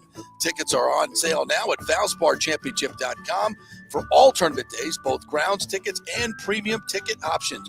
You don't want to miss the 2023 Valspar Championship. Let's go. Right now, back to the show with JP on FanStream Sports. All right, welcome back to the JP Peterson Show here, as we will take you through the next hour. We got a couple encore presentations of some of the interviews we did this week and talk about these perspective topics, the Rays Stadium, and some of the off-field situations with the Rays. I still think they're going to be making some moves here in the spring training portion of it. I think you'll see a pitcher go down for another team, and they'll come calling the Rays, who have a surplus of starting pitching, and the Rays will make a good, smart deal, make somebody overpay, and hopefully get some power into this lineup and get a couple of hitters, legitimate hitters. And I think I get a sense that they're much more open to picking up a bigger contract. I mean, clearly with these extensions, they're starting to spend some of the $500 million that they have in the bank. That they've accumulated over the last few years and making hundreds of millions of dollars in profit for this team, and finally putting a portion of it, if not just a smidge of it, back into the team, which is nice to finally see. And maybe, just maybe, they'll finally make that move where they go out and get an experienced big-time hitter. We had John Smoltz come on the show and talk about that and say this is, they've kind of perfected the regular season, but it's a different deal in the postseason. And we've had some others tell us basically the same thing. So we were talking to Dave Magadan on Monday out at the Tampa Sports Club golf tournament. And he said the same thing. He's like, it's regular season and postseason are a totally different thing when it comes to offense, because you're facing the best pitchers in the best situations, and you've got to have, and the best pitchers usually get the best of the best hitters. Right. And especially in a baseball situation like that, games are tight in the postseason, and you got to have those proven hitters that are mature hitters that know how to do it in the moment. Those are the teams that win in the postseason, and the Rays have not really been able to collect those guys. So, it's going to, and I hope they make the move. But, in years past, they've sent their GMs out to say, okay, make the trade, but don't bring back any big salaries. Get me some prospects, guys I can win on the cheap with and keep making money, because that's what this is all about. This is Stu Sternberg talking. And go get me some prospects that we can win on the cheap. That's what I do. That's how I stuff my pockets. That's what we do here at the Rays. Play meaningful games in September. We're not talking about winning World Series. We're talking about getting money. So that's always been their philosophy, in my opinion. That's what they do. Don't listen to what they say, watch what they do. And that's what they do. So maybe this time they'll say to Eric Neander, you know what, if the guy's got 10 or 15, $17 million salary, but he's a proven hitter, we'll bring it back. We'll start spending some money. And you're still not going to be over $100 million in payroll. You can bring in 2 of those guys. So let's see what they do. And I'll listen to what they say. We're going out. We're getting a hitter in the offseason. Yeah. We're in on it with this guy and that guy and Freddie Freeman. No, you're not. We'll believe it when we see it. All right. So I got this text from someone who knows Todd Monken very well and played in the league. And he says, Monken is smart, with 3 exclamation points. Monken is smart.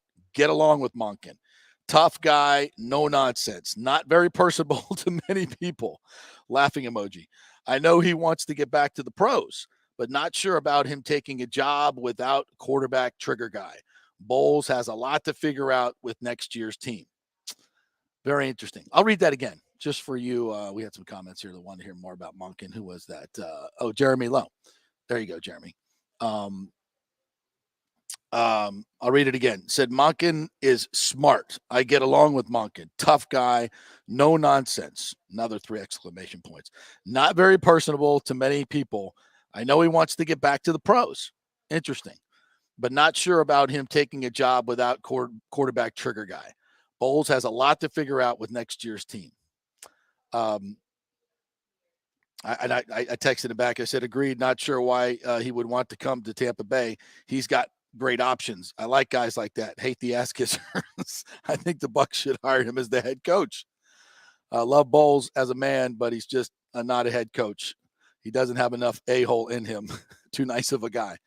That's why I texted back, and he's like, true. So listen, and again, this is I hate to say a bad word about Todd Bowles. I love the man so much, but I think he's a tremendous defensive coordinator. And if I were the Glazers, and you're trying to woo the best quarterback on the market, I think that's available, and you're trying to get a new offensive coordinator in here. And by the way, Todd Monken was a head coach at Southern Miss, and as I recall, he did a hell of a job there with that program, but wanted bigger and better things, and he resurrected that program. So as a leader of men, and he just won back-to-back national championships with Georgia, with Stetson Bennett at quarterback, by the way, and was smart enough to know that of all the 5-star guys that he had there, the guy that worked the best for Georgia in their offense, what they were doing, had the leadership qualities, had the trust of the team, was Stetson Bennett. That had to be a very, very hard choice. Look at the guys that he ran off.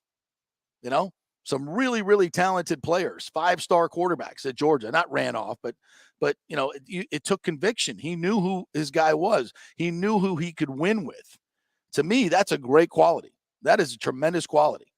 And if I'm the Glazers, I go to Todd Monken and said, I know you're talking to Baltimore today, but I want you as our head coach. And we're going to go get Derek Carr. And I'd find a way, because they do it all the time, folks. I'd find a way to have some conversations with Derek Carr's representatives and say, what do you think? What do you like? Because I'm going to tell you right now, a Todd Monken, and I'd love to see Todd Bowles stay on as defensive coordinator. I know a lot of people don't think he would do that. I don't know if he would do that. If I were him, I would do it. I'd take my $4 million salary and go coach the hell out of the defense and see what happens.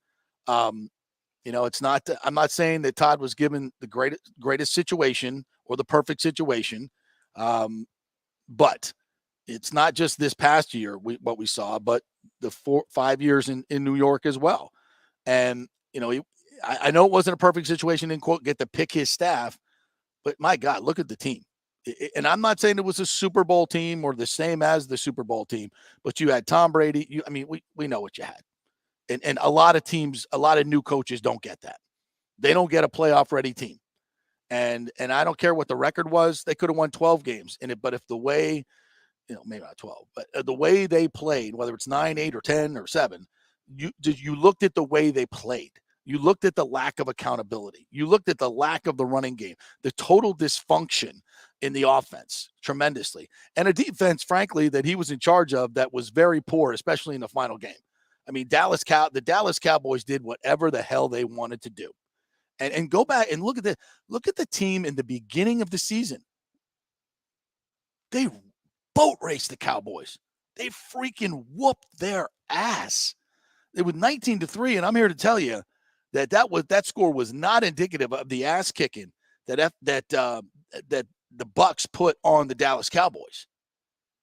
And you look at that team, and then look at the team at the end of the year. Were there injuries? Yeah, injuries happened to both teams, by the way. But did you get better under Todd Bowles for the entire season? Oh, no, you didn't. You got really bad. Isn't the measure of a team how you evolve over the year, a measure of a coach, what you do with that team? You took this team that you were handed and you got it better every week until you became a really good football team at the end. Look at the Bucs. They started tremendously. They won the first 2 games. They beat the Saints, which they never do, right? In the regular season, they beat the living crap out of the Cowboys on a Monday night in Dallas. And at the end of the year, the Dallas Cowboys did whatever the hell they wanted. Would they have 5 drives of 80 yards? You couldn't stop them. And you could do nothing on offense. Awful.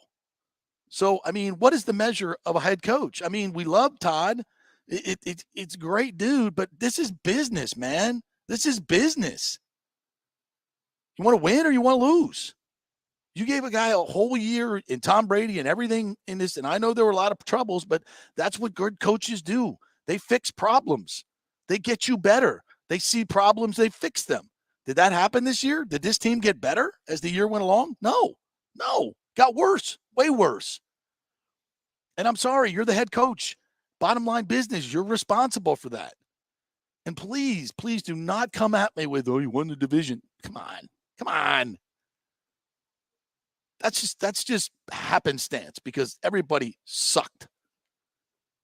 I mean, it's bad enough that Carolina, who fired their coach, gave up their 2 best players, almost won the division from you. So, I mean, if that's your defense of Todd Bowles, it's a very, very flimsy defense, in my opinion. So if I were the Glazers and I could get David Carr and Todd Monken together, and I had to offer him the head coaching job to do it, I'd do it.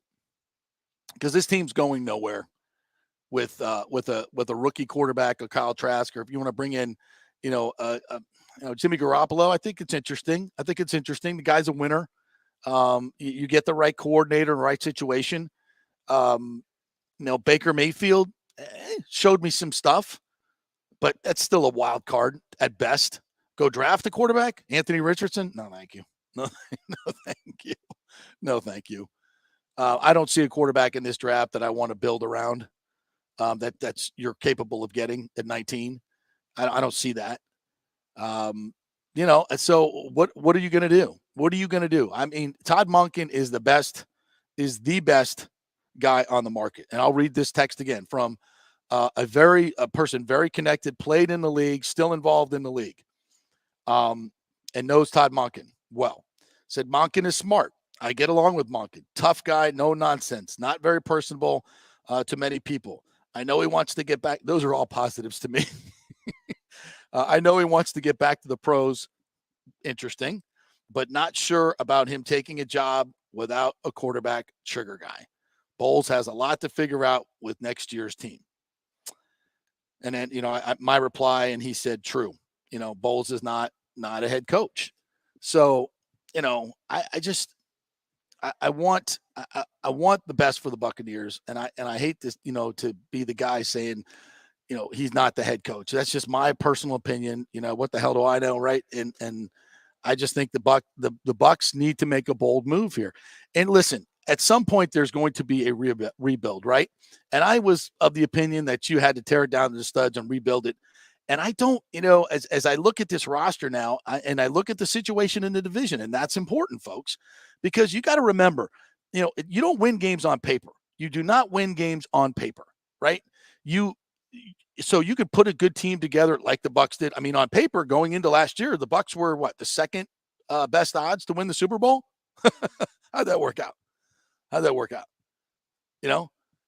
where were the Eagles? I think they were, they were up there, but certainly not one of the favorites. I wouldn't say they were in the top 6 or 8. The Bengals the year before, nobody had the Bengals going to the Super Bowl, right? So you don't win anything on paper. It depends on how you stay healthy. Your rookie class. How does your rookie class come in? Your draft. Do you get 2 or 3 guys that really remember when the Bucs won the Super Bowl? Winfield and Wirfs were tremendous. You got to have a little push. You have no idea who you're even drafting yet. So you hit on your draft class. You stay healthy. You bring in an experienced quarterback like a Derek Carr. And you've already got a great nucleus there. You got a championship nucleus, a good enough core from that Super Bowl that can remember what it's like to have a good culture and good camaraderie. But I don't think you're not going to, Todd Bowles says he's got to change the culture. You got to get the camaraderie back. How do you do that with the same coach that has not really shown you that he can do that? I mean, again, show me. you had an opportunity to do a lot of great things with this team, and it didn't happen. Why should I believe that you're going to suddenly turn it around when your last 5 seasons as a head coach, 5 seasons, 5, have not been great, have been terrible, to be quite honest. I mean, it's a hard conversation to have. It's a really hard conversation to have. But if you're going to get Todd Monken, he ain't coming here without a quarterback, as you hear from that text. He's not coming here without a quarterback. So there's got to be some way you're going to entice him to come back to Tampa Bay. What's that going to be? You better be able to go put that deal together. And it's hard. I get it. Derek Carr, he's got some interesting comments too. I want to mention this. He was at the skills competition last night, crushing it, by the way, with the accuracy. I mean, just absolutely unbelievable. The guy can play, man. And as I said, I love his leadership skills. And you get a guy like that, and you're right back in it. You're right back in it next year, obviously, with this team. You're going to win the NFC. I mean, there it is. I mean, what more do you need to say? You bring Derek Carr in here, this team, you're winning the NFC South. I don't care what you say. You're winning. I just said you don't win anything on paper, but it'd be hard to F that up given what the rest of the division is doing. You should, if you don't, then you've hired the wrong coach. You've done a lot of other stuff wrong. So Carr said, and this is from Stephen Holder, ESPN, who used to work in this market, great guy. He said, Raiders quarterback Derek Carr, during what was like his final appearance at a Raiders practice facility, said he has no intention of extending the February 15th trigger date on his contract to give the team additional time to resolve his situation. Carr said he will not agree to amend the date by which more than $40 million in guarantees kicks in, increasing the likelihood he'll be released by the team. Quote, I don't think that would be best for me. Carr maintained that he had representatives would still like to be authorized to speak to potential trade partners, but the Raiders have not yet granted that permission. Carr has a no trade clause in his contract and said he would use it if he deemed it necessary. Quote, that's for the Raiders to talk about, he said when asked about the team's refusal to allow conversations. I'm just obeying the rules. If it gets to the date and I get released, then I'll be able to talk to all my friends. That means everybody.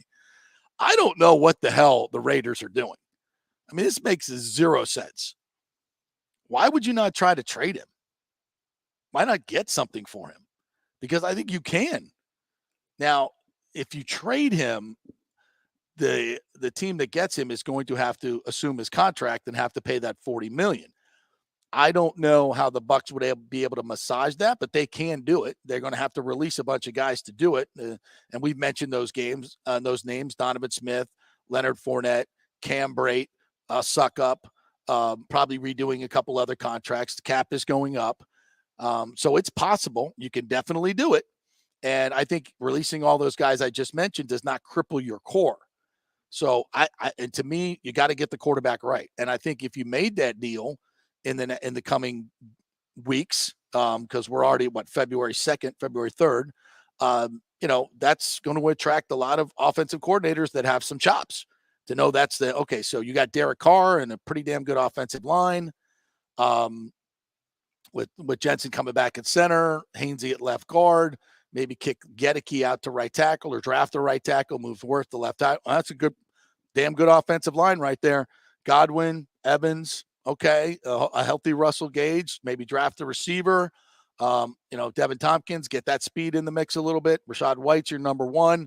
Okay, yeah, all right. That looks good. You got a defense that should be a top 5 defense with Shaq Barrett coming back. Levante David, what do you do there? Try to get him back on. Look, that team wins the NFC South. Okay, you should win the NFC South. So it's all, it's there for you.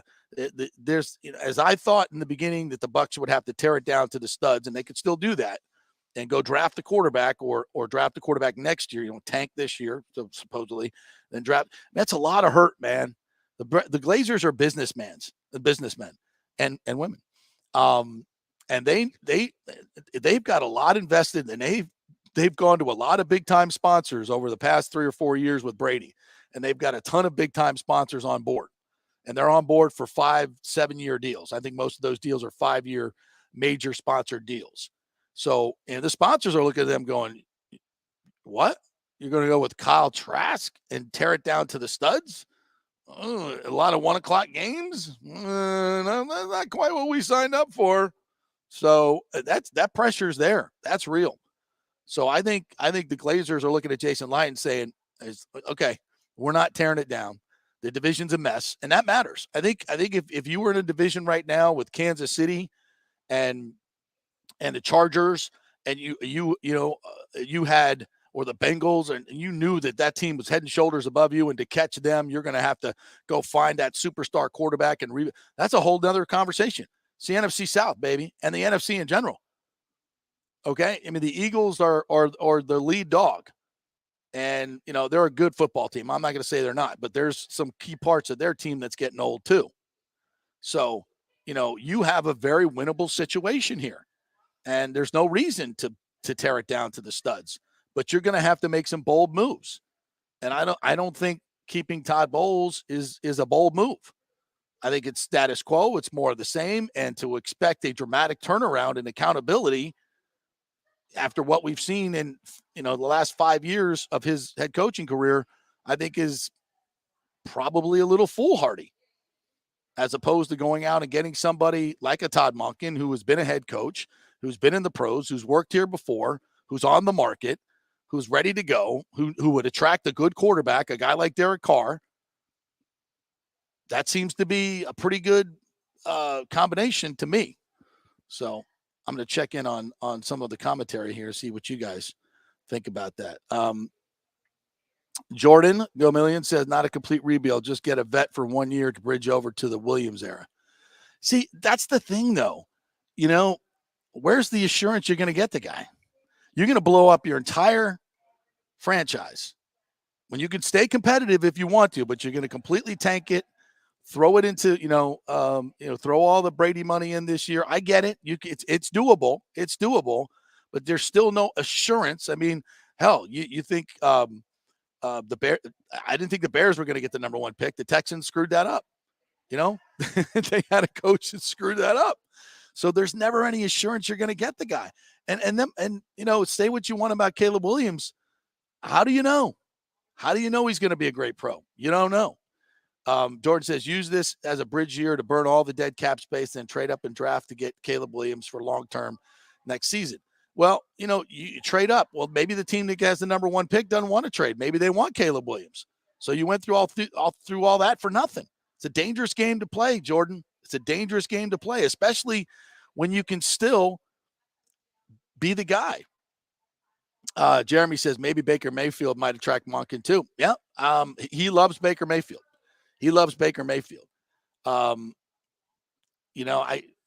Baker Mayfield with Monken, I'll ride with that. It's, he's proven that he could take a team to the playoffs. Now that team had a damn good defense, but I think the Bucs can be there as well. So I'll take that over a Trask, Gabbard, or drafting a quarterback this year. Here's another one from Jordan. Let me go in order here. Do you think Jimmy G would be a successful fit as well? You had great success in San Francisco despite being underappreciated, and you don't have to give up assets either since he's a free agent. Yeah, listen, I think Jimmy G here would win the NFC South. I think you would win the NFC South with that. I think your running game would be a lot better because he is a guy that you can waggle, you can RPO.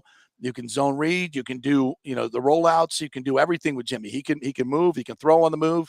That's something that this offense has not been able to do with Brady. So, yeah, I think and you don't have to give up a lot of assets. You wouldn't have to pay him a lot of money. I think that would be I would go into this with this team and Jimmy G and a new offensive coordinator that he likes and has worked with maybe. Yeah. I think that's another good situation. Again, you're going to sit there and say, well, there's no way you're going to beat the Eagles with that. You're probably right. But what if Jalen Hurts goes down? He's a running quarterback. What if he gets hurt? Oh, no. Then can you win with Jimmy G? Yeah, you probably could. Give yourself a shot. You tear it down to the studs, you got no shot. And just with the division the way it is right now, that doesn't make any sense. And also look at what the Glazers, in terms of business folks, I think they've got a lot on the line with a lot of their major sponsors that tanking It's just not an option. And why would you do that when you have an opportunity to win a division like this and get a home playoff game? I don't think that's a smart strategy on any level. So, all right, what time is it? We were at the 11:34. Okay, we're gonna take another break, and we'll come back and I'll get into that those conversations that we had earlier in the week with some of our guests. Ken Hagan. We'll probably play a little Brad Johnson, maybe a little Sal Palantonio too about Brady. So, quick break. Our thanks to the Jeeves Law Group, Bay Area Modern Medical Center, and all of our great sponsors out there. You'll hear from them in just a second. Back in a moment. JP here for Italiano Insurance. If you've started a side hustle during COVID and the business has grown, well, you need business insurance, because if you get sued, you could lose all your personal wealth if you're not properly protected. That's right. Your home, your savings, everything could go. So get protected now. Call the great agents at Italiano Insurance, 813-877-7799, and a real human will answer the phone and get you protected. If you haven't shopped your business insurance in a while, you could be overpaying by thousands. One customer had their golf buddy handling his business insurance, then called Italiano to shop it around, and they saved him $26,000 a year. Yeah, so call 813-877-7799 or go to ItalianoInsurance.com. Italiano Insurance, protecting all the pieces of your life for over 60 years. The boys are back. The PGA Tour's Valspar Championship returns March 16th to the 19th with 4 days of incredible golf plus a host of activities that make it Tampa Bay's hottest spring sports ticket. There is more to the Valspar than just great golf. It's the Hooters Owl's Nest, the Snake Pit Club, accessible by premium tickets, and other great venues throughout the course for those with ground tickets. And new in 2023 is the Rooftop, a new prestigious venue at the 18th green with music, food, and fun. Plus, you never know who you're going to see at the Rooftop. Tickets are on sale now at ValsparChampionship.com for all tournament days, both grounds tickets and premium ticket options. You don't want to miss the 2023 Valspar Championship. Attention, if you are home shopping or looking for a refinance, and even if you already have the approval letter, you must call my man Scott Fitzgerald at American Mortgage Services. Scott has a brand new program available in the greater Tampa Bay area called the Community Advantage Loan Program. Get this, no money down, no mortgage insurance, no points, no origination fee, purchase or refinance, and loan amounts up to $647,000. Now, there are some application requirements. It must be a single-family home, 1 unit, primary residence, and have a minimum 640 credit score. The program only applies to certain neighborhoods, so you have to call to find out if you qualify. So call Scott Fitzgerald at 813-294-7595 or email him at scott@amstampa.com. Now, even if you don't qualify for that program, Scott will shop your loan around, get you the best rates, and won't charge you the huge upfront fees. And if you've had issues with your bank calling you back, Scott will return calls immediately or at least the same day. 813-294-7595 or email him, scott@amstampa.com. Scott Fitzgerald, MLS 386722, American Mortgage Services, 1000 North Ashley Drive, Suite 1020, Tampa, Florida. Hey, folks, it's still engagement season, and where better to get that special ring than the Gold and Diamond Source? The Gold and Diamond Source has the largest selection of engagement rings in the country, a literal jewelry super center with 30 times the inventory of any normal jeweler. You don't have to wait to spend any extra time waiting for them to bring something in. They have everything right there in-house, so why go anywhere else? And you can get up to 15% off this January if you buy something with the birthstone, which is garnet. Garnet and gold, Florida State, get something for your favorite Seminole. And let's not forget the Emily collection from Emily Johnson Weintraub. Very affordable, real gold and diamond jewelry, always stylish and unique. Emily has created this fashion-forward gold, diamond, and gemstone jewelry line ideal for everyday wear. Each piece is designed to enhance your look by featuring eye-catching, modern, geometrical shapes. Really unique stuff. Got to check it out. And, of course, Julie and Steve Weintraub, great benefactors here in the local community. So let's keep it local. And you can get 0% financing for up to 5 years. Get a big ring for a little price. It's the Golden Diamond Source, 3800 Omerton Road, always online at thegoldendiamondsource.com. Ladies and gentlemen, Let's rock. This is FanStream Sports with JP. All right, welcome back to the JP Peterson Show. Nick Geddes out for a couple days here, yesterday and today. We had Casey Hudson on earlier co-hosting. Did a great job. We thank her down there at the NHL All-Star Game. If you guys want to jump in and comment, you always can do that on our YouTube page, on our Facebook page, WATB as well. That Facebook page where we are also there. We're also on Red House Streaming now, RHS TV. We are streaming globally straight to your television set. So if you want to see us on that, we're very excited about that, by the way, and some future endeavors here with the JP Peterson Show. We're blowing up. So we really appreciate all your, you guys that come in every day and comment. We really appreciate all of you and those who listen each and every day or a couple times a week. We thank you so much. We're always on Apple and Spotify as well. So please, like and follow us on that. Put the notifications on. As soon as this show is every day at noon, you get a little update. Say, hey, if you want to listen to JP Peterson Show, it is there because we love what we're doing here, folks. We're not going anywhere. We try to give you the non-corporate media spin, and because we are FanStream Sports, owned by a good friend of mine. I won't be fired. What I say. So that's and we thank our sponsors, by the way, Bay Area Modern Medical Center, Taliano Insurance, American Mortgage Services, the Golden Diamond Source, the Jeeves Law Group, who allow us this freedom of speech. It's a wonderful thing to have. Wasn't always there. So it's great to have that. So we appreciate them as well. And Randy Cobb jumping in here as well. Want to say hello to you. Please don't make us suffer another year. I was through with Todd after the blown call last year. I mean, again, it just, and this is what we do, on this show. We try to just keep it as real can be, man, because I'm just telling you, I've been doing this a long time, and there are certain people that you come across in this business that you absolutely adore and you love. But if you're being honest with your audience, which is what I always try to do, that's why it pains me to talk about Todd Bowles like this, because I just think the world of him. I just don't think that he's cut out to be a head coach. And I would ask those who do to share the evidence with me. Randy brought that up, that blown call at the end of the Rams game in 01.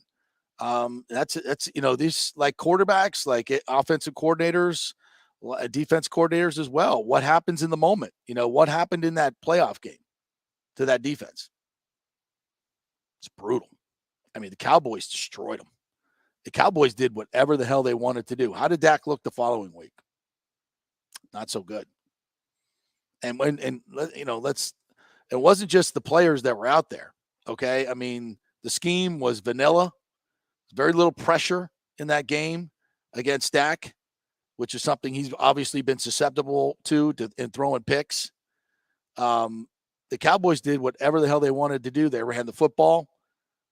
Dak did whatever. I mean, he was great on third down, and they scored in the red zone. And they scored with wide open guys like CeeDee Lamb on a busted coverage and a basic trip set that is a day one install, as Todd Bowles called it. And whatever it is, lack of accountability, whatever it is, it just hasn't been there. So I would, as all the people that say he's coming back and he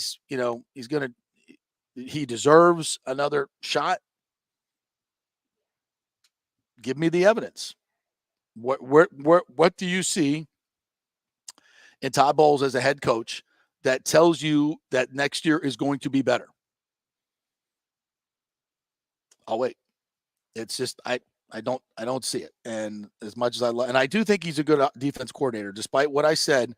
I still think that he is a good coordinator. His past success, and I can give you tons of reasons to back that up. You go look at the last 4 years in terms of takeaways and takeaways, pressure, points per game. All of those are real numbers. That is for real. Now I would like for him to have done better in some of the bigger games, but that you can look at those numbers and watch the tape and say, that's a good defense. That's a great pressure defense.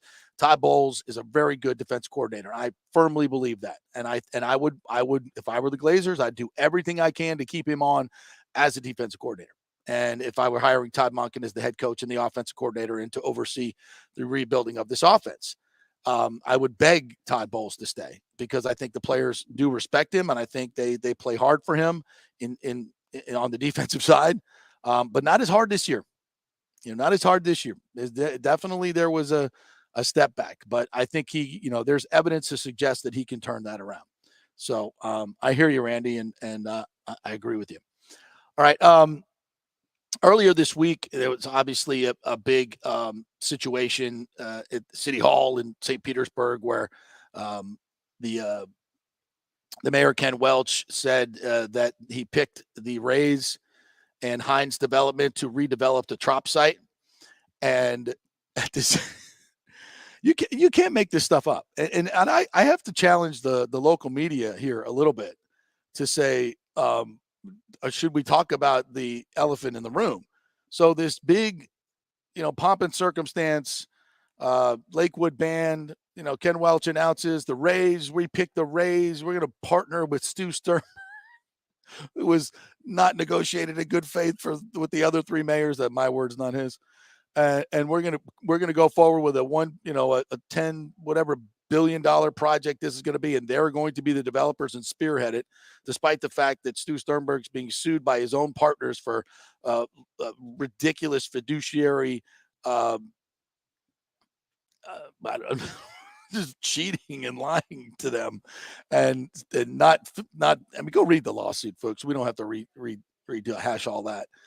And if you want to go into business with this guy and develop the biggest project in the city's history with the Rays and build a $1.2 billion baseball stadium in a proven failed location, a baseball stadium that your own constituents don't even go to.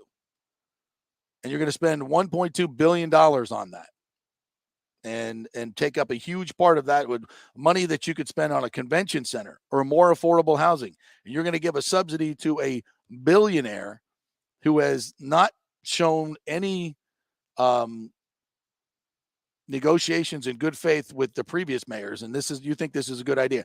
And at this great announcement that you're making for the city of St. Petersburg, the people you're partnering with go, oh yeah, but we're still talking to Tampa about building a stadium there. What? What? We're going, yes, we're going forward, play the trombone. Yeah, but we're still talking to Tampa. Yeah, we're still leaving all the options. We got a lot to go. And do we have a financing plan? No, we don't know who's paying for the stadium. Oh, okay. And you're still talking, but we're gonna pick you instead of these other developers that are serious and want to get the job done. I just don't think that's a politically smart thing to do for Ken Welch.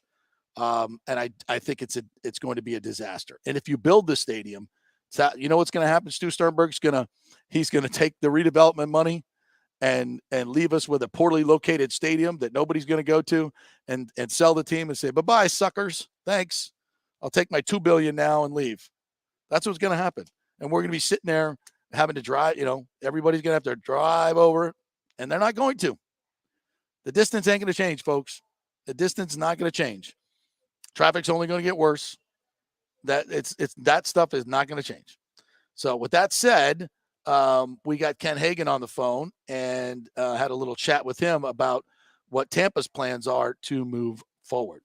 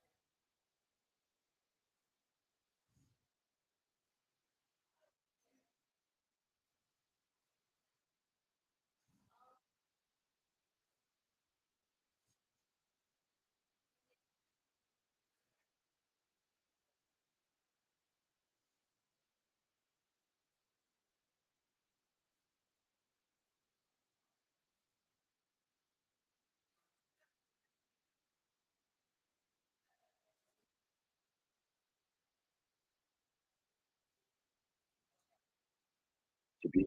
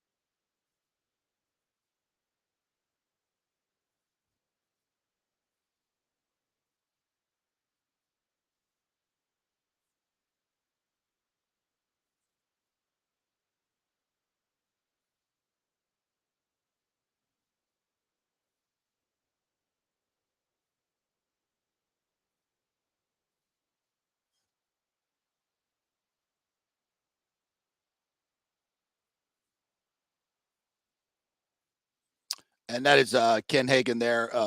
I got a note here from some that you couldn't hear that. There may have been an audio problem, but hopefully, I know it certainly was in my my headphones. So hopefully you guys heard all that. And I think what's really the most important part of that is the developer. And you see what's going on at Tropicana Field. The Rays brought in Heinz Development, and my question is, why wouldn't Heinz want to get involved with the Tampa side of it, and as a major developer, and being able to, reap the benefits of, 3 or 4 or 5 condo towers around sell those condos for $6 million a piece or whatever hell they're going for these days in downtown Tampa. But you can imagine, like in Atlanta, they've done it in San Diego, done a lot of these new ballparks, Washington, DC, boy, they just absolutely revitalized the real estate around Nationals Park. And, developers made, hundreds and hundreds of millions of dollars. But yeah, in the beginning, like with Water Street, I think it was Bill Gates that funded the $3 billion along with Jeffrey Vinnick. That money has to come from somewhere from the beginning. And now, now all the office buildings are built, the hotels are built, the revenue's coming in, and that money goes back to you. But it takes a while. It takes 3, 4, 5 years to get any return on that investment whatsoever. And there's a lot of risk involved, especially in the world we live in right now. You just never know what the hell's going to go on. So, but as safe as a development could possibly be, you look at the, the city of Tampa and how it is just growing by leaps and bounds. And it's, I can't think of another downtown area in an emerging, burgeoning area. The I-4 corridor is just it politically and from a just a development standpoint, just, drive I-4 and see just a massive building that's going on. And if you go off into, the ancillary areas just off of I-4, north and south of it, there are housing developments going up all over the place. I mean, you want to talk about development. It's going to be, the population within 30 minutes and within an hour of downtown Tampa within the next 5 to 10 years is going to probably grow by another 1 million to 2 million people. More potential people to come to the park. All right. We thank you guys so much for joining us here on this journey the last couple of days. Nick Geddes will be back with me pushing all the right buttons next week. So we hope he's having a good time out there on the bachelor party extravaganza, and hopefully he makes it back safe, and we will get him back with us on Monday. We'll be watching for the new offensive coordinator, the new quarterback. Maybe that happens this week. Who knows, this weekend. So if it does, we'll be on Twitter, on social media, maybe an emergency press conference, and bring that to you. So our thanks to Casey Hudson for joining us today. Ken Hagan, hope you guys heard most of that. And the great interviews we had this week with Sal Palantonio and the great Brad Johnson. It's been a good week. Brady retires, but the Bucs have to move on, and we'll see what they do.